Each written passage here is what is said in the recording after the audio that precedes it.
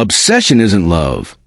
It's a psychological glitch, a loop the brain gets stuck in until it finds an answer. Most men spend their lives begging for love. They send flowers and good morning texts, listen to problems they don't care about, trading their self-respect for a little affection. And what do they get? They get ignored. They get cheated on. They get left for the guy who doesn't do any of that. Here's the uncomfortable truth no one tells you. Women don't obsess over men who treat them like royalty. They obsess over the men who feel like a riddle they need to solve. Today, I'm not teaching you how to be a good boyfriend. I'm handing you the keys to her subconscious mind. I'll show you how to access the emotional programming that drives genuine desire. We're covering 7 psychological triggers, techniques, if you will, that speak past her logic and right to her instinct to chase. But a warning, these methods are powerful. They play on dopamine, unpredictable rewards, and ego. Once you activate these, you can't just shut them off. She won't just like you. She'll need you. She'll feel a hollow ache when you're gone. If you're not ready to be someone's entire focus, if that intensity scares you, stop watching now. Go watch something else. But if you're ready to stop chasing and start living in her thoughts, then pay close attention. Technique 1, the approval void. Let's start with the error almost every man makes immediately. They overcompliment. You see a beautiful woman, and your biology screams to prove your worth. You laugh too loudly at her jokes. You agree with everything. You praise her looks right away. You think you're being charming. What you're really doing is killing any spark. Attraction needs room to breathe. When you fill every quiet moment with praise, you leave no space for her to be curious about you. You eliminate all tension. And without a little tension, there is no obsession. The approval void is about giving nothing when she expects everything. It works like this. She tells a joke. It's not funny. The typical guy forces a laugh. You look at her. You give a slight smile, but you don't laugh. You let the silence sit for 3 full seconds. In those seconds, her mind races. Why isn't he laughing? Does he get me? Boom. You're in her head. Or she posts a revealing photo. It gets hundreds of likes and comments calling her perfect. She expects you to add yours. You do nothing. You see it. You don't like it. You don't comment. This is a void. Nature hates a vacuum. It tries to fill it. When you create an emotional emptiness by withholding the validation she's used to, she feels a drive to earn it from you. She'll try harder. She'll ask you more. She'll dress up for you. She's trying to plug the hole you created. Most men fear quiet. They think it means disinterest. The reality? Silence is a blank page. If you're strong enough to leave it empty, she will write her fascination all over it. Technique 2. Crack the illusion. There's a psychological idea called the halo effect. We assume a beautiful person is also kind, smart, and fascinating. Men do this constantly. They put her on a pedestal. They treat her like a star. And how do stars treat their admirers? With distance. If you want her obsessed, you can't be a fan. You must be the observer. I'm not talking about cheap insults. That's weak. That's insecurity. I'm talking about a gentle disregard for her ego. Be unimpressed by what everyone else worships. She's used to men stumbling over their words when she enters. You need to look past the beauty, not at it. When you talk, don't compliment her eyes or her body. Not yet. Those are common. Instead, challenge her persona. If she acts all tough, you say, "You play the strong part well, but I sense a real softness underneath." If she's a constant entertainer, you say, "It must be tiring to perform just to feel noticed." This is cracking the illusion. You're taking the perfect image she shows the world and putting a hairline fracture in it. You're telling her, "I see the real person behind the curtain." This is addictive. Because deep down, no one wants to be loved for a mask. They want to be seen for who they truly are. When you ignore the surface and connect with the shadow, she feels an intimacy she never gets from the guys buying her drinks. The fan adores the facade. The man looks behind it. Be the man. Technique 3. The uncertainty principle. This is the most potent method here. It's the same mental mechanism that makes casinos addictive. If a lab rat gets a food pellet every time it presses a lever, only presses when hungry. It's boring. But if the rat presses and sometimes get a huge reward, sometimes a shock, and sometimes nothing, it will press that lever until it collapses. That's intermittent reinforcement. Most men are predictable. They text back instantly. They are always available. They are reliable. And reliability is the end of spark. To build obsession, you must be the unpredictable reward. You must move between hot and cold, near and far. One day, you're fully engaged. Texting back fast, being charming, making plans. You give her a major dopamine rush. She feels amazing. She thinks, he's into me. This is great. Then, the next day, you pull away. You take hours to reply. Your messages are brief. No jokes. You're focused on your own world. Her brain goes into panic mode. What changed? Was it me? Is he with someone else? She checks her phone. Nothing. The worry builds. Then just as she's spiraling, you send one message. You cross my mind. Bang. The dopamine hit is explosive because of the worry that came before it. The relief is intense. You've wired her brain to link you with that chemical surge. She becomes hooked not on you, but on the cycle of worry and relief you control. Is this manipulation? Yes. Is it harsh? Maybe. But does it work? Without a doubt. Women say they want a nice, steady guy. But look at who they can't forget. They obsess over the man they can't predict. The man who is a mystery. The man whose attention feels like a trophy, not a given. Technique 4. The power of no. We live in a world of yes men. Men so scared of conflict. So terrified of losing a woman that they agree to everything. Do you like this restaurant? Sure. Can you hold this? Of course. Every time you say yes when you mean no, you slice off a piece of your own strength and hand it to her, and she will resent you for it. Women cannot respect a man they can fully control. It's biological.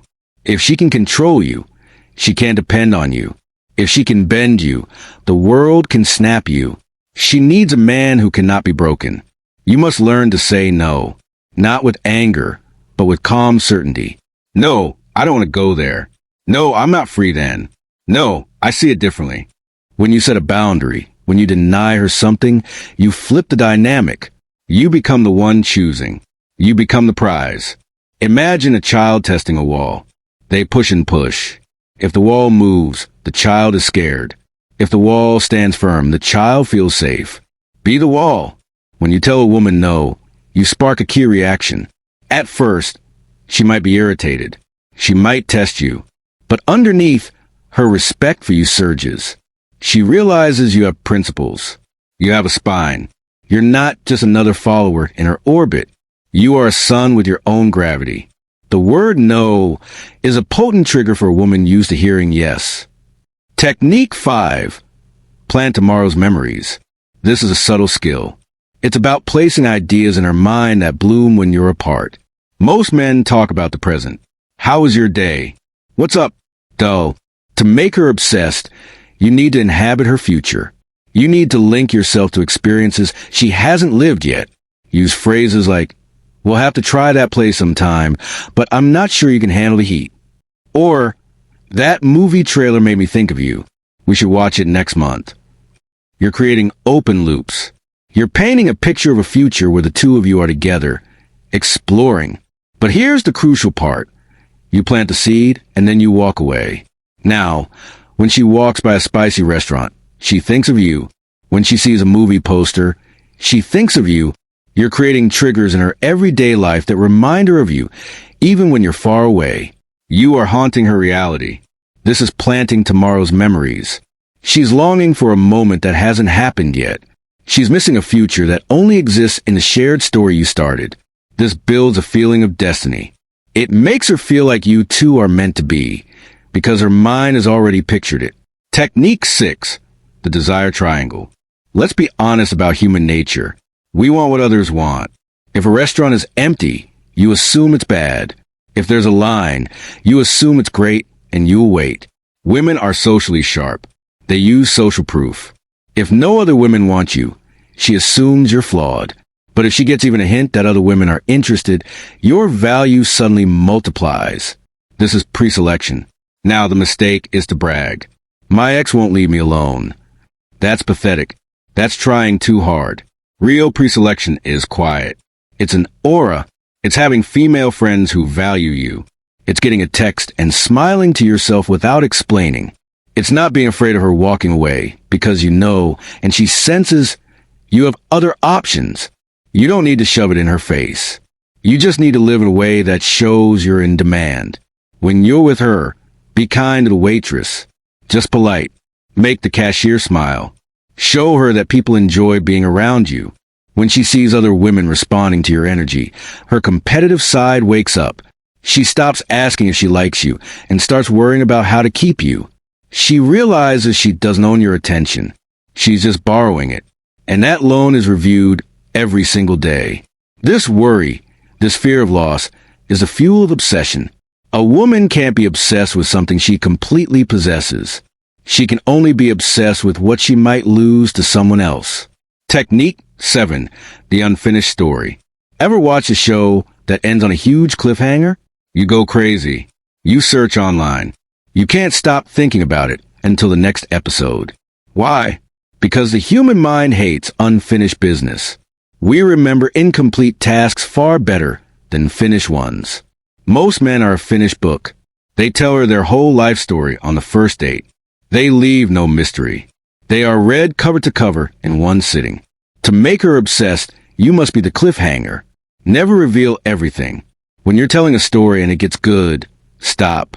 Check the time. Say, actually, that's for another time. We have to go. She'll plead. Tell me now. You smile. Later. Now she goes home.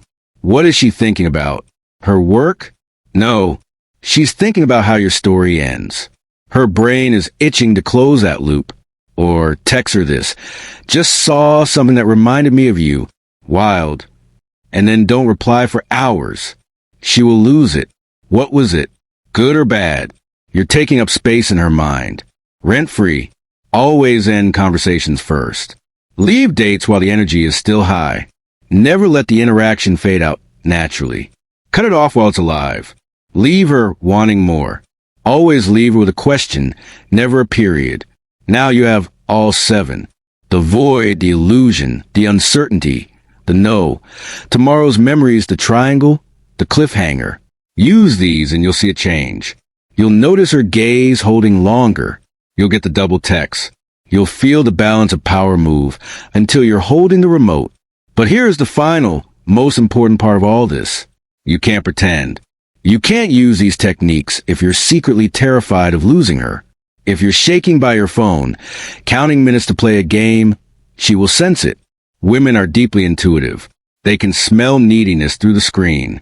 These methods only work if you truly believe the philosophy behind them. And that philosophy is detachment. It's the unshakable knowing that you are the prize, that your mission, your purpose, is more compelling than any woman could ever be. When you genuinely do not care if she stays or leaves, you become powerful. When you're truly ready to walk away if she disrespects you, you become magnetic. This isn't about tricking her. It's about tricking yourself out of the weakness that has limited you. It's about silencing the needy boy inside, so the real man can stand up. Obsession is a response to power. Not money or muscles, but the power of self-possession. The power of a man who is a fortress. Most men are open meadows, trampled by anyone passing through. Be the fortress. Keep the gate shut. Let her knock. Let her wait. Let her wonder what's inside. That mystery is what keeps the flame alive. So now you know how to start the fire. You know how to make her pursue. But what comes next? What happens when the obsession dims and normal life returns? How do you keep your strength without becoming a controller? How do you move from captivating her to building a kingdom that lasts? That is a lesson for another time. That's the advanced game, and most aren't ready for it yet. If you're tired of being a nice guy who never wins, if you're ready to accept the sharper, deeper parts of your nature, if you want to crack the code of the female mind they never teach, then you're where you need to be. But don't just watch. Act. Pick one method. Use it today. See what happens. And if you want to go further down this path, if you want to master the true dynamics of power and want, then hit the subscribe button. I don't want passive watchers. I want dedicated students. This is Winds of Thought. I'll see you in the next one.